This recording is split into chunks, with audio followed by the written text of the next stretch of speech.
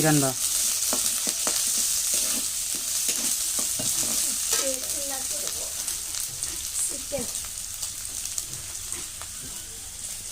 চিকেনটা দেখুন অসাধারণ।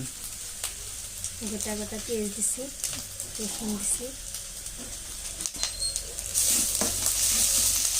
বন্ধুরা, আজকে রেসিপিটা দারুণ হতে চলেছে। দারুণ একটা রেসিপি বানাচ্ছে।